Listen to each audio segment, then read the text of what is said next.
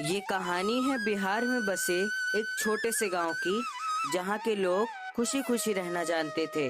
अपना अपना घर चलाने के लिए खेतों में काम किया करते थे और बाजार में छोटे मोटे दुकान लगाया करते थे। उसी गांव के हाईवे के किनारे एक छोटा मोटा ढाबा था, जिस ढाबे का नाम ही गांव का ढाबा था। ढाबा पुराना था लेकिन साफ सुथरा था। उस गांव में एक ही ढाबा होने के कारण लोग उस ढाबे पर अपनी भूख मिटाने के लिए आया करते थे और लजीज से लजीज खाना खा कर जाया करते थे।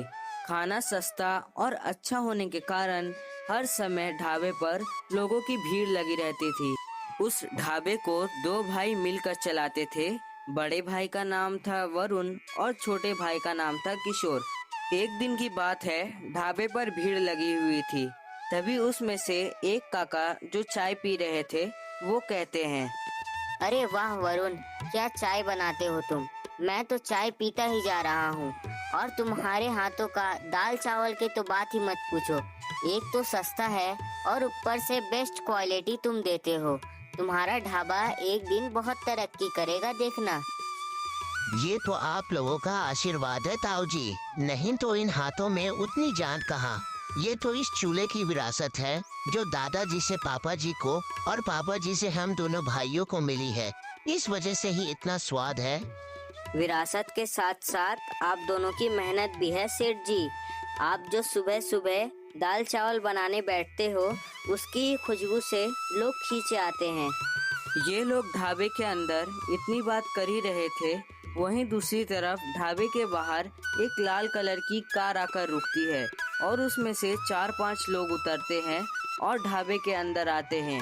ढाबे के अंदर आकर वो लोग सीट्स पर बैठ जाते हैं।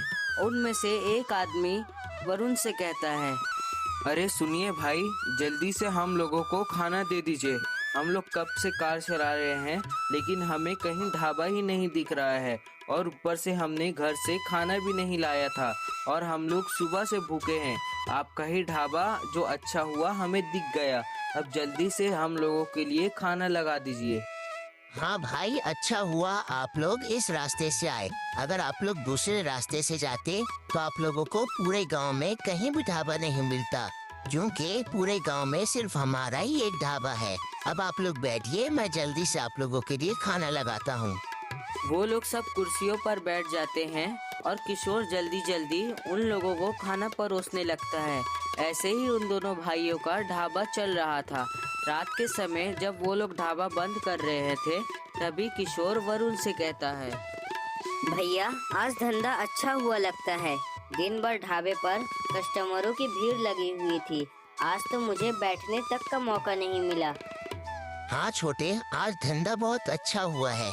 दिन भर ढाबे पर भीड़ लगी हुई थी, मुझे भी और कोई काम करने का मौका ही नहीं मिला। बस ऐसे ही ऊपर वाले की कृपा से हमारा धंधा चलता रहे। एक दिन हमारा ढाबा देखना बहुत तरक्की करेगा। इतना कहकर वो लोग ढाबा बंद कर कर अपनी घर की तरफ जाने लगते हैं। घर में आते ही उनके एक बूढ़े पिताजी उन दोनों से कहते हैं, बेटा, आ गए तुम दोनों। आज तुम दोनों को आने में बड़ी देर हो गई। पिताजी, बात ऐसी है कि आज पूरे दिन ढाबे पर बहुत जोरों की भीड़ लगी हुई थी। लोग आना बंद ही नहीं हो रहे थे। वो तो मुश्किल से जब लोग खाली थे तब हम लोगों ने जल्दी जल्दी ढाबा बंद कर दिया, नहीं तो हम लोगों को आने में और रात हो जाती। बेटा, ये तो बहुत खुशी की बात है। मैंने कहा था ना कि मेहनत करते रहो और सब ऊपर वाले के ऊपर छोड़ दो। देखा, अब तुम लोगों का मेहनत का फल आस्ते आस्ते दिखाई देने लग रहा है। बस ऐसे ही दिल लगाकर काम करते रहो, एक दिन तुम दोनों बहुत आगे जाओगे। एक दिन की बात है, जब किशोर एक पेड़ के नीचे बैठा था, तभी वहाँ पे एक गांव का आदमी आता है और किशोर से कहता है, अरे किशोर भाई, क्या बात है, आज यहाँ बैठे हुए हो, ढाबे पर नहीं गए क्या? नहीं भाई, आज ढाबा बंद है क्योंकि बहुत दिनों से ढाबे पर बहुत भीड़ हो रही है। इस वजह से हम दोनों भाइयों को आराम करने का मौका ही नहीं मिल रहा। इस वजह से भैया ने कहा कि आज आराम कर लेते हैं, आज ढाबा बंद रखते हैं। इस वजह से मैंने सोचा चलो आज पेड़ के नीचे बैठते हैं। किशोर भाई, मैं तुमसे एक बात कहना चाहता हूँ, लेकिन अगर तुम्हें बुरा लग गया तो? नहीं भाई, मुझे बुरा नहीं लगेगा। कहो क्या बात कहना चाहते हो।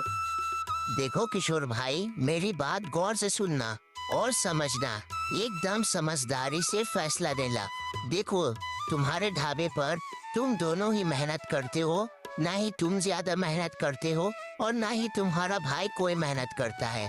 तुम्हारा भाई तो मेहनत ही नहीं करता, तुम ही सारे कस्टमरों को संभालते हो।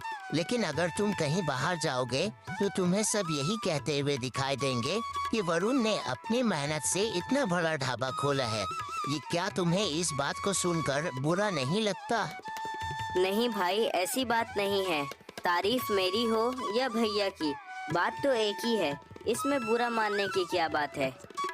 लेकिन किशोर भाई, नाम तो तुम्हारा ही होना चाहिए। तुम तो दिन रात उस ढाबे पर काम करते हो, अपना पसीना बहाते हो। देखा जाए तो तुम्हारी वजह से ही वो ढाबा चल रहा है। अगर तुम नहीं होते तो तुम्हारे भाई की वजह से उस ढाबा तो कब का बंद हो चुका होता। तुम्हारी देन है जो ये ढाबा आज इतना बढ़ चुका है। तुम्हें अपने भाई से अपना हिस्सा मांग लेना चाहिए। उस आदमी ने किशोर के मन में एक जलन की चिंगारी उठा दी थी। किशोर अब सोच में पड़ गया था। वो रात में अपने घर में बैठा हुआ था, तभी वो सोचता है, वो आदमी बात तो सही कह रहा था। आखिर भैया ढाबे में कुछ करते ही कहाँ है। वो तो दिन भर सिर्फ काउंटर में बैठे रहते हैं और पूरा ढाबा तो मैं संभालता हूँ। यहाँ तक कि कस्टमरों की भी मैं संभालता हूँ और बर्तनें भी मैं धोता हूँ, लेकिन पैसे मेरे भैया रख लेते हैं। वो आदमी बिल्कुल सही कह रहा था। वो भैया मेरा फायदा उठा रहे हैं। अब मैं भैया के साथ ढाबे पर काम नहीं करूँगा। मैं अपना एक अलग से ढाबा खोलूँगा। मैं पिताजी से अभी कहता हूँ। किशोर ये कह ही रहा था, तभी वहाँ उसके पिताजी आते हैं और किशोर से कहते हैं, क्या बात है किशोर, अकेले में क्या बात कर रहे हो? पिताजी, मैं आपके पास ही अभी आ रहा था। मैं कह रहा था कि मैं अब भैया के साथ ढाबे पर काम नहीं करूँगा। आपको मुझे अलग से मेरा एक खुद का ढाबा खोलकर देना होगा, जिसमें मैं खुद से मेहनत करूँगा और उस ढाबे को बढ़ाऊँगा। क्योंकि भैया के ढाबे पर मेहनत मैं कर रहा हूँ, लेकिन नाम भैया का हो रहा है। ये मुझे अच्छा नहीं लग रहा।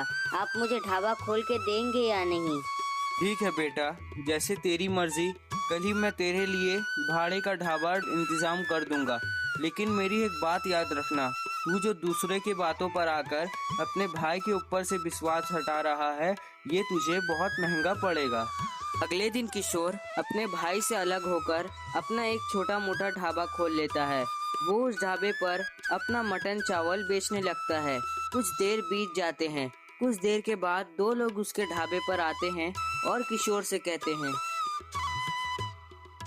अरे किशोर भाई, तुम यहाँ? तुमने उस ढाबे को बंद कर कर यहाँ नया ढाबा खोला है क्या? नहीं भाई, मैंने वो ढाबा छोड़ दिया है। वो ढाबा अब मेरे बड़े भैया चला रहे हैं और मैंने अपने पिताजी से कहकर अपने लिए ये ढाबा खोला है। बोलो तुम्हें कैसा लगा? हमें क्या पता कि हमें कैसा लगेगा, लेकिन तुमने अपने भाई के साथ धंधा क्यों छोड़ दिया? तुम्हारा ढाबा तो बहुत अच्छा चल रहा था। भाई, काम सिर्फ ढाबा चलने से नहीं होता, नाम भी तो होना चाहिए। पूरी मेहनत मैं करता था और नाम मेरे भैया को मिलता था। इस वजह से मुझे गुस्सा आया और मैंने ढाबा छोड़ दिया। वो तो अच्छा है कि बिहारी ने मुझे समझा दिया, नहीं तो मैं बेवकूफ़ अभी तक उसके पास काम करता रहता। मेरी बुद्धि तो भ्रष्ट हो गई थी जो मैं उसके पास काम कर रहा था। मेरी बुद्धि खुली, इस वजह से मैंने तो मटन चावल लगाया है। अच्छा, तभी मैं सोचूं तुमने अपने भाई के साथ धंधा क्यों बंद कर दिया। तुम भी उस बिहारी के बहकावे में आ गए। शायद तुम्हें पता नहीं होगा, वो बिहारी एक नंबर का चुगलखुट्टा है। वो हर दिन किसी न किसी का झगड़ा कराता रहता है और वो आज तुम्हारा झगड़ा कराने आया था और तुम उसकी बातों में फंस गए। अब फंसो उसकी बातों में, अब तुम्हारा कुछ नहीं हो सकता। हम लोग यहाँ से जाते हैं। ये कहकर वो दोनों वहाँ से चले जाते हैं। अब किशोर को समझ में आ गया था कि उसने दूसरे के बातों पर आके अपने भाई से ही भरोसा हटा लिया था। अब वो बहुत पछता रहा था, लेकिन अब पछता के कोई फायदा नहीं था, क्योंकि उसने जीत करके अपना एक ढाबा खोल लिया था। अब उसे मजबूरी में वही ढाबा चलाना पड़ेगा।